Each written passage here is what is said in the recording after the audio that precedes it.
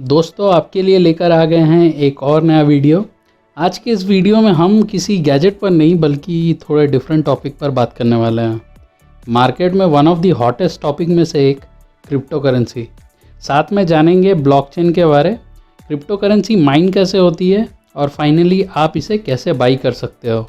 काफ़ी चर्चे में रहता है ये टॉपिक, लेकिन ये एक्चुअली में होता क्या है और कैसे ये हमारे स्टैंडर्ड करेंसी से अलग है। तो पहले ये जान लेते हैं कि करेंसी क्या होती है। करेंसी एक ऐसा स्टैंडर्ड मीडियम होता है जिसके एक्सचेंज में हम कोई सामान या सर्विस का लाभ उठा पाते हैं। एग्जाम्पल के तौर पे Indian rupees, dollars, pounds, Euros, जिन्हें हम फिएट करेंसीज कहते हैं। इन्हें गवर्नमेंट द्वारा इशू और सर्कुलेट किया जाता है। डिजिटल और फिजिकल दोनों ही फॉर्म्स में अवेलेबल होते हैं ये। अब ये क्रिप्टो करेंसी इस फिएट करेंसी से अलग कैसे है, तो मैं आपको बता दूं कि इस क्रिप्टो करेंसी को कंट्रोल करने के लिए कोई सेंट्रल अथॉरिटी नहीं होती है। ये सिर्फ डिजिटल फॉर्म में होता है, इसका कोई फिजिकल फॉर्म नहीं है। ये काफ़ी सिक्योर भी माना जाता है इसके पीछे काम करने वाली टेक्नोलॉजी ब्लॉकचेन की वजह से। अब आप सोच रहे होंगे कि ये ब्लॉकचेन क्या है भाई। तो ब्लॉकचेन एक ऐसा डेटाबेस होता है जिसमें इंफॉर्मेशन ब्लॉक्स में स्टोर किए जाते हैं और जैसे ही एक ब्लॉक भर जाता है फिर नेक्स्ट ब्लॉक में इंफॉर्मेशन स्टोर होता है और ऐसे ही सिलसिला चलता रहता है। हर एक ब्लॉक अपने पिछले ब्लॉक से जुड़ा होता है और दोनों के बीच का ये लिंक होता है पिछले ब्लॉक का रेफरेंस नंबर। अगर आपको किसी भी ब्लॉक में चेंजेस करने हो तो उस ब्लॉक के बाद जुड़े हर एक ब्लॉक में चेंजेस करने पड़ेंगे और इसी वजह से इसे हैक करना मुश्किल हो जाता है। ब्लॉकचेन तो थोड़ा बहुत समझ में आ गया, बट ये क्रिप्टो करेंसीज कहाँ से आते हैं। हर क्रिप्टो करेंसी का अपना नेटवर्क होता है और ये नेटवर्क बनता है बहुत सारे कंप्यूटर्स से।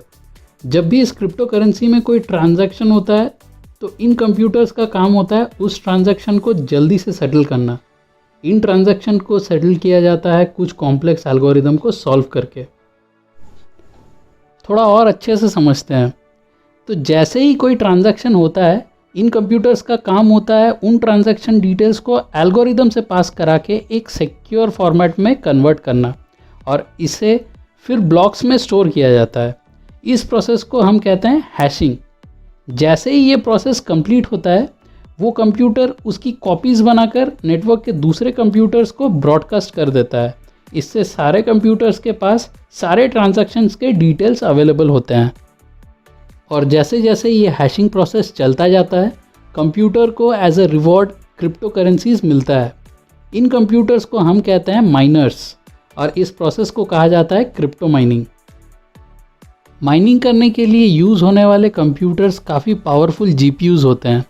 ऐसे ही कुछ जीपीयूज़ का ग्रुप बनाकर लोग उसे यूज़ करते हैं माइनिंग के लिए और इन जीपीयूज़ के सेटअप को हम कहते हैं mining rigs. In mining rigs का पावर कंजम्पशन काफ़ी हाई होता है। कभी कभी तो ऐसा भी होता है कि जितने का खर्चा इन माइनिंग रिग्स को चलाने में लगता है उतने का क्रिप्टो करेंसी माइन भी नहीं हो पाता। प्रॉफिट पूरा डिपेंड होता है क्रिप्टो करेंसी के मार्केट रेट के ऊपर और आपके माइनिंग रिग्स के हैशिंग रेट के ऊपर। फाइनली आप कोई क्रिप्टो करेंसी कैसे खरीद सकते हैं, तो मार्केट में ऐसे बहुत सारे क्रिप्टो करेंसी एक्सचेंजेस हैं जैसे कि कॉइनस्विच, ज़ेपपे, वजीरेक्स। इनमें आपको काफ़ी सारे क्रिप्टो करेंसी का ऑप्शन मिलता है। अगर आप इंटरेस्टेड हैं तो इनको चेकआउट कर सकते हैं। चलते चलते आपको एक फैक्ट भी बताते हैं। जुलाई 2019 के स्टैट से ये पता चला था कि बिटकॉइन माइन करने के लिए 7 गीगावाट का इलेक्ट्रिसिटी कंजम्पशन हुआ था, जो पूरे विश्व के इलेक्ट्रिसिटी कंजम्पशन का 0.2% था। दोस्तों अगर आपके मन में कोई सवाल या सजेशंस हो तो मुझे कमेंट सेक्शन में कमेंट करके ज़रूर बताएं। उम्मीद करता हूं कि आपको ये वीडियो पसंद आया होगा, तो इसी बात पर हो जाए एक लाइक और मुझे मोटिवेट करने के लिए चैनल को करें सब्सक्राइब। मैं मिलूँगा आपसे अगले वीडियो में। आप अपने और अपने परिवार का ख्याल रखें। जय हिंद।